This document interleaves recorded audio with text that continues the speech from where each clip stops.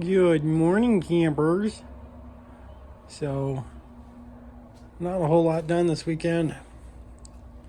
We got the cabinet laid down. We got these end pieces cut, glued, put in place in that order.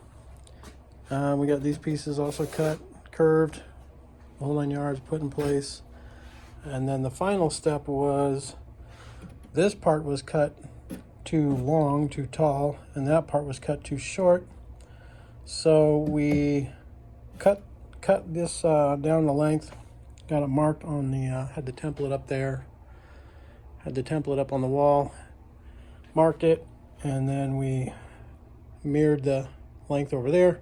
I got some aluminum angle and clamped that down on the line exactly, and then I used the hot knife to go along, and that actually worked out really well.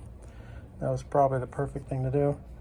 And then for the bottom, we had to find that angle and match in this little tiny spacer piece because, it was cut too short originally.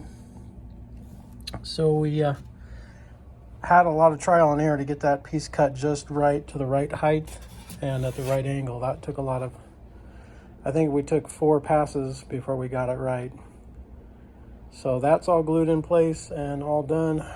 And then these pieces here, we glued those in place permanently.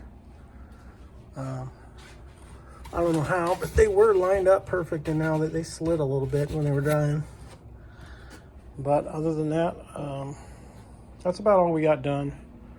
So we're gonna set it back up in place in a little bit and try to work on this section here. I need to start working on the fan and finalize exactly how far up and down the fan is going to go, how aerodynamic, how inset do I want to make it. So we got to figure that out next. That's probably what I'll work on, but I might just work on the cutout for this control panel.